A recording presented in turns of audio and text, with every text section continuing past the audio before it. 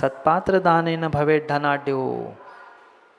जो श्रद्धा समर्पण के साथ सत्पात्र के लिए दान देता है, उत्तम मध्यम जघन्य जो पात्र मिले उसे सत्पात्रों को दान देता है, दाता बनता है, ज्ञानी वही धनाढ्य बनता है, वही धनाढ्य बनता है। पर समस्या महाराज, आज हम इतने धनाढ्य हो चुके हैं, हमें देने की इच्छा होती ही नहीं है। एक सत्य घटना बताऊं, उस समय हो गया है, एक गरीब व्यक्ति चेतन रोते रोते गुरुजी के पास आया। मैं गुरुजी के साथ था, आचार्य के साथ था। गरीब था, रो रहा था, बिलक रहा था, गुरुजी कुछ उपाय बताओ। सुबह खाता हूं, शाम को खाने की व्यवस्था नहीं, घर में 4 आदमी और है, क्या करूं, कैसे जिंदगी कटेगी? बच्चे बड़े हो रहे हैं, उनकी पढ़ाई, उनकी बहुत कुछ आगे की व्यवस्था कैसे हो पाएगी? शाम को अगर आज खा लूं तो कल की व्यवस्था नहीं है। कितना ही व्यापार करता हूं, अनेक प्रकार के व्यापार करके देख लिए, पर पैसा टिकता ही नहीं है। कभी कहीं जाता है, मुश्किल से आता है और पता नहीं कैसे कहाँ निकल जाता है। घर में आजकल ऐसे ही होता है, जितना आता है उससे दुगना बीमारी में चला जाता है। कहीं केस हो जाती है, खत्म। वो भी रो रहा था, बिलक रहा था। पुराने से कपड़े थे, कोई भी देखता तो स्वाभाविक रूप से उसे देखकर दया आती। हम सब बैठे थे, आचार्य जी बैठे थे। वो कह रहा था, गुरुजी कुछ तो उपाय बताओ, क्या करूं? पैसे कमा कमा के, व्यापार बदल बदल के थक गया हूं। अब ऐसा लग रहा है कि बस मैं। गुरुजी ने कहा रुक। गुरुजी ने पूछा, कितना कमाते हो दिन में? जो भी कमाता होगा वो कितना कमाता होगा? जो सुबह कमाए शाम को व्यवस्था ना हो, वो कितना कमाता होगा? उसकी कमाई कमाई थोड़ी थी, जो भी होगा बताया होगा, उसकी तो आवाज़ आई नहीं।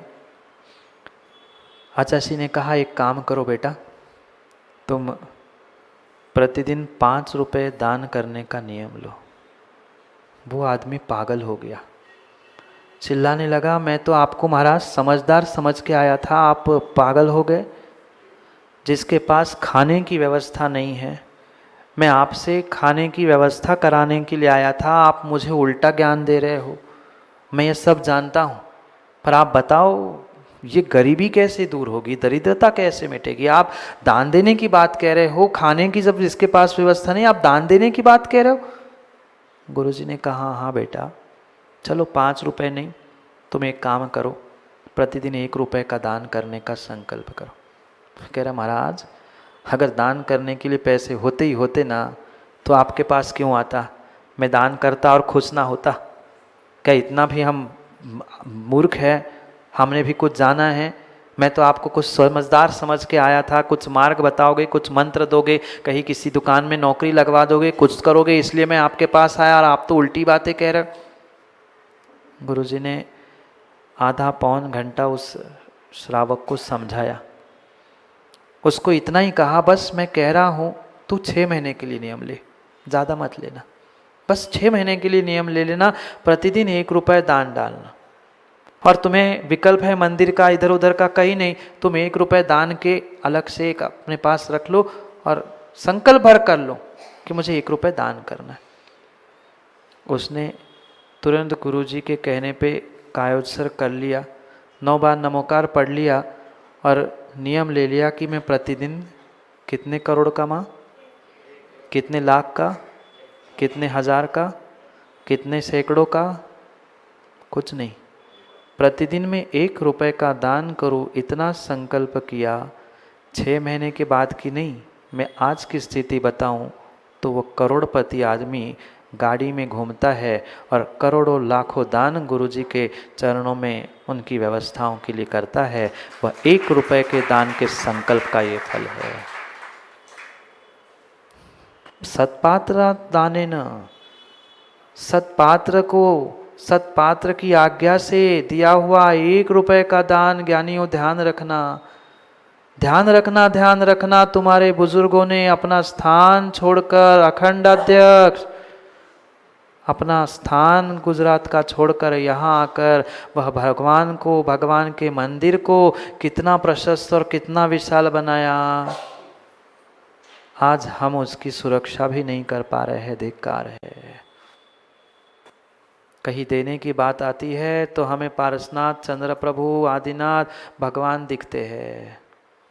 कहीं देने की बात आती है तो उसका होगा क्या ये दिखता है। मंदिर में भी द्रव्य चढ़ाने के लिए कह दो तो हमें मंदिर में द्रव्य चढ़ाते समय हम चुटकी भर चढ़ाते हैं। क्यों? फिर पंडित को ज़्यादा मिल जाएगा, माली ले जाएगा। धिक्कार है तुम पर। अरे तुम अपनी लोभ कषाय छोड़ दो ना। जो जिसका जैसा होना है वो वैसा करेगा, जो जिसका जैसा उपयोग करेगा भोगेगा। तुम तो अपना काम कर लो। अगर ऐसा बुजुर्ग संजय सर हमारे सोचते कि आने वाली पीढ़ी क्या करती, कौन क्या करता, तो क्या ऐसे विशाल मंदिर हमें मिलते? नहीं मिलते। पर हम सोचते हैं हम उनको देंगे, वो क्या करेंगे, वो मालिक खा लिया जाएगा, वो वैसा करेगा। अरे धिक्कार है। तुम्हारा काम तो मात्र देना था, तुम्हारा काम तो देना था। अरे मुनिराज कैसे भाव लेंगी, कैसे द्रव्य लेंगे, उनकी साधना उनके पास। कुंद कुंद स्वामी क्या पंडित जी रहन सार में नहीं कह रहे हैं किम तू क्या एक पुद्गल का टुकड़ा मुनिराज के हाथ पर रखेगा और परीक्षा करता है? मैं नहीं कह रहा हूं, मैं तो कुछ कहता ही नहीं हूं। कुंद कुंद स्वामी रहन सार ग्रंथ में कह रहे हैं, हे श्रावक, जो अध्यात्म की पराकाष्ठा कहने वाले कुंद कुंद स्वामी जब व्यवहार कहते हैं ना, तो वो भी डंके की चोट पर कहते हैं कि हाँ श्रावक तुम्हारा काम यही है। दानम पूजा मुखम सावे धम्मोण साव्या तेण विना। श्रावक श्रावक नहीं है जब तक दान पूजा प्रतिदिन नहीं करता। हम करते ना महाराज जी, साल में एक आध दो बोली ले लेते हैं, हो गया हमारा दान खत्म। करोड़पती भी कहता है 2-5 हजार रुपये का दान दिली, हमने चढावा घेतला, एक झालं आमचं काम। धरे रह रहोगे, धन तुम्हारा। मैं पुनः कह रहा हूँ, मुझे आपके धन से, आपके धर्म से कुछ भी लेना देना नहीं है। पर आपने कहा और यहाँ आचार्य भगवान कह रहे हैं, इसलिए कह रहा हूँ, हे मुग्ध, तीसरे लाइन का दूसरा शब्द पढ़ो, हे मूढ़, कर क्या रहा है? कब तक जोड़ता रहेगा? और आज मिले हुए साधनों का तुमने ज्ञानियों समय पे सदुपयोग नहीं किया है, विश्वास मानना अगले बार वो साधन तुम्हें मिलने वाले नहीं है। नहीं मिलने वाले हैं। सत्पात्र न दाने न, सत्पात्र के दान से धन ही होता है। धन प्रकर्षे ने करोति पुण्यम, और धन की उस प्रकर्षता के जीव पुनः पुण्य करता है। अगर पात्रों को दान दिया है, सप्त स्थानों में तुमने दान दिया है तो,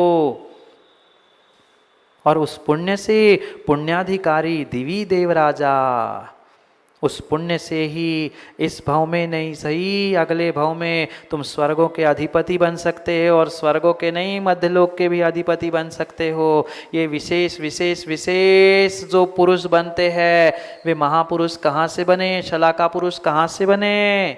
अरे पढ़ो, जितने तीर्थंकरों के, जितने भगवंतों के पुराण पढ़ सकते हो, सब पर्यायों में, पिछली पर्यायों में कहीं ना कहीं उन्होंने पात्र दान किया था, जिसकी बदौलत वे भगवान बने हैं। हम भी करते हैं ना महाराज जी, दूसरे के चौके में जाकर मन शुद्धि, वचन शुद्धि, काय की शुद्धि। तुम्हारे गांठ का कुछ लगा ही नहीं है, तुम कह रहे हो हमने आहार दिए। ठीक है, भाव आपके अच्छे थे, वैयावृत्ति करने के थे, पर हमें क्या मिला? हमें क्या मिल रहा है?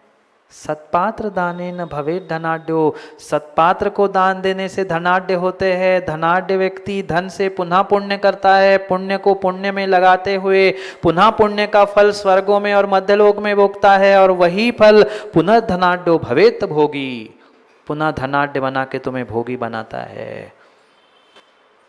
दान से ही भोग मिले हैं। आज जो भी भोग मिले हैं ना ज्ञानियों, दान से, धर्म से मिले हैं। शक्तितः त्याग कहा है, शक्तितः त्याग कहा है। शक्ति से अधिक भी मत करो और शक्ति से कम भी मत करो। शक्ति से कम करने वाले को आचार्य भगवंतों ने कह दूं क्या ओ भैया कह दूं क्या?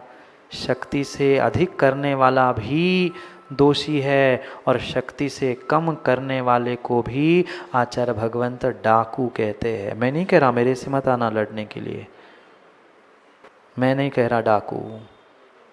आचार्यों ने कहा है, जो अपनी शक्ति को छुपाते हुए तप करता है, जो अपनी शक्ति को छुपाते हुए त्याग करता है, दान करता है, वह कौन है?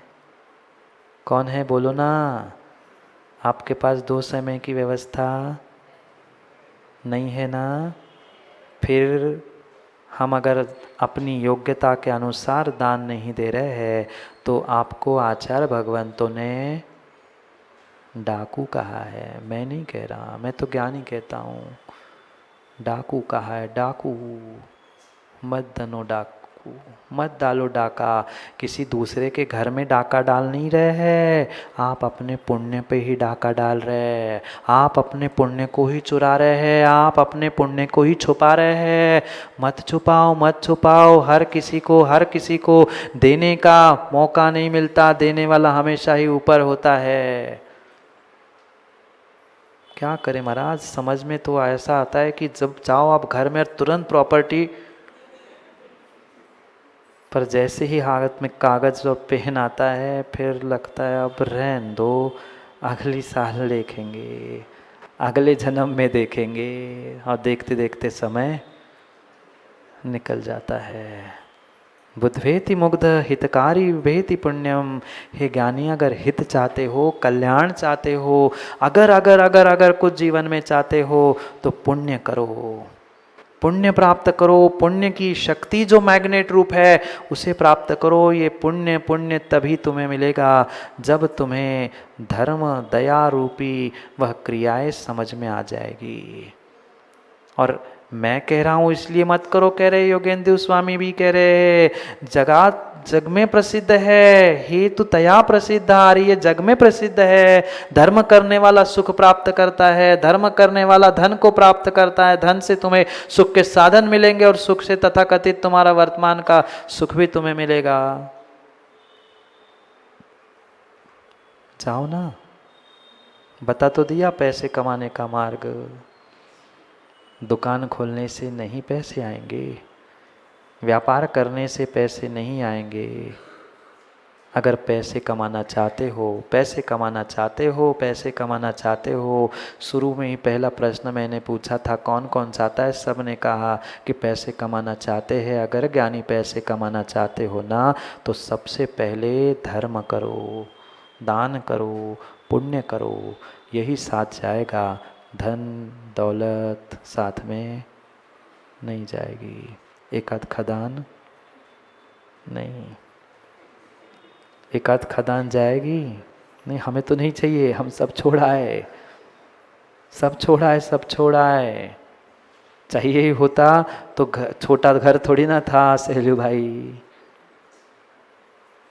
हम सोचे विचार करें कि हमें जीवन मिला है, हम कैसे संभालेंगे जीवन को।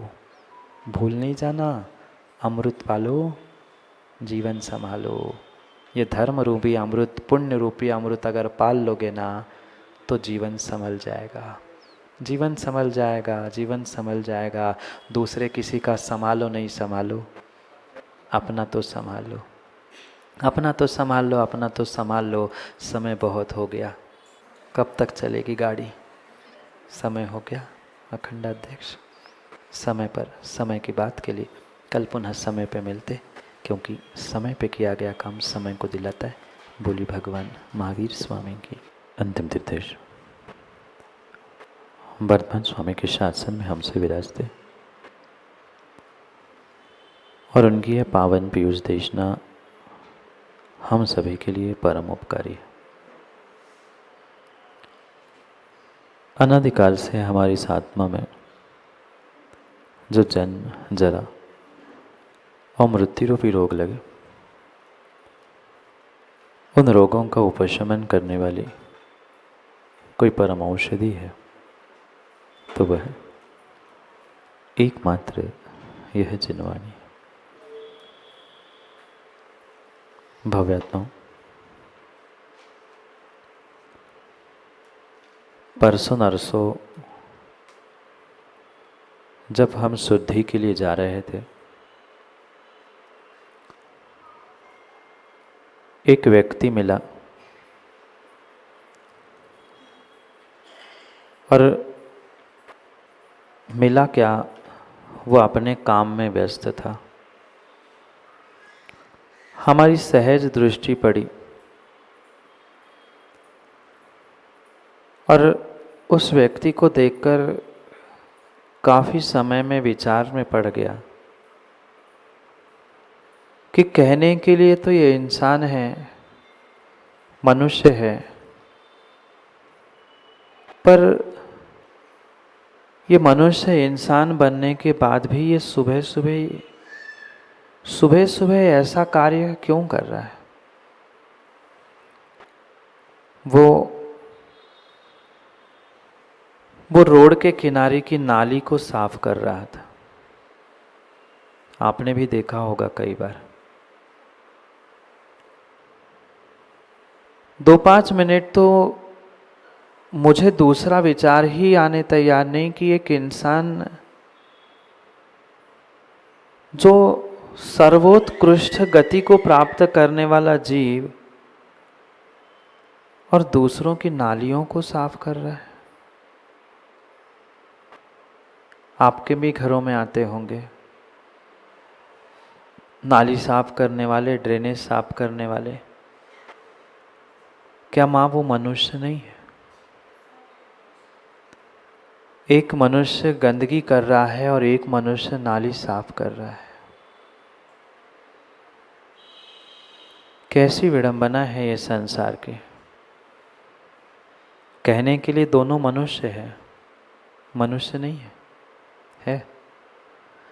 कहने के लिए वो भी मनुष्य है, कहने के लिए आप भी मनुष्य है। उसके लिए भी 2 हाथ 2 पैर, एक मस्तिष्क, एक समय का भोजन।